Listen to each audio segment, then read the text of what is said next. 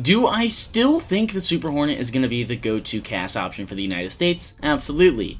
Do I think the F-15E might be a little bit overkill? Also, absolutely.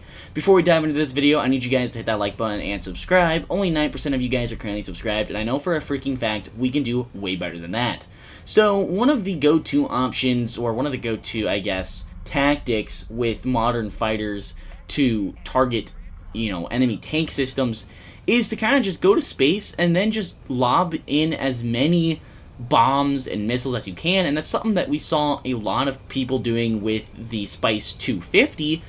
Well, now the F-15E has received a crap ton of the new GBU-53, which performs very similar to the Spice 250. You can carry 20 GBU-53s at the exact same time. So the F-15E is about to become a stratosphere bomber, slinger. I am looking forward to doing it. I am not looking forward to facing it.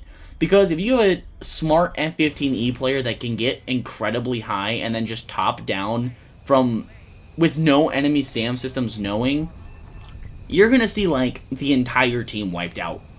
And I've seen people like the COD Mind Man get a nuke with the JAS-39E. Imagine how easy that's going to be now with the F-15E and 20 of the GBU-53s. Now, do I think this is necessarily that broken? No, not really. It's not like these are 20 KH-38s. They're interceptable by missiles from SAM systems pretty easily. They're slow. They require you to be fairly close, and you can't just, fire and ditch. They're not, you can fire and ditch, but, they're not as long range as the KH-38. And then, on top of all of that, you still don't carry that many more munitions on top of the F-15E. If you carry the full 20, you have the option to carry, I guess, 6 Mavericks if you wanted to.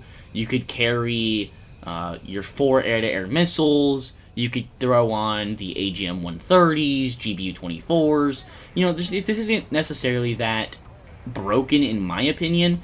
I think there's going to be a lot of clips of people getting 10 plus kills with it. Absolutely, that part for sure is going to be slightly broken, but I don't think it's going to be on the same level as something like the Su-30 was when it first dropped with the KH-38s. I don't think it's going to be that broken. Now, I will note, I do still think I'll take the Super Hornet over the F-15E for a couple of reasons. One, the AGM-84H it's just such a good munition to use, anti-tank, and then you also get the HARM AGM-88, and then you still have your, not the same amount of GBU-53s, but you still have GBU-53s. So I personally am still going to rally on the Super Hornet and probably the Pobit just because of the access to the HARMs and the AGM-84s. And you still, you don't get as crazy amounts of GBU-53s, but you do have them.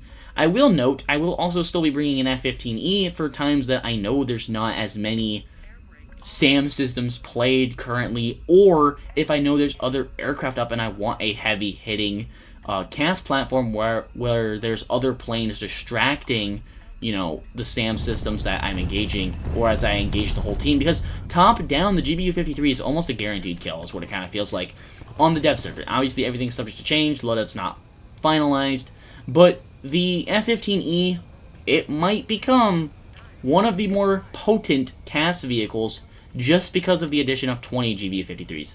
Let me know your thoughts down below in the comments. Do you guys think this is going to be pretty broken? Do you guys think this is going to be kind of like meh? I want to know what your thoughts are. If you're not already subscribed, make sure to hit that like button and subscribe. Hope you guys have enjoyed this video. I certainly enjoyed making it, and I will see you guys in the next one.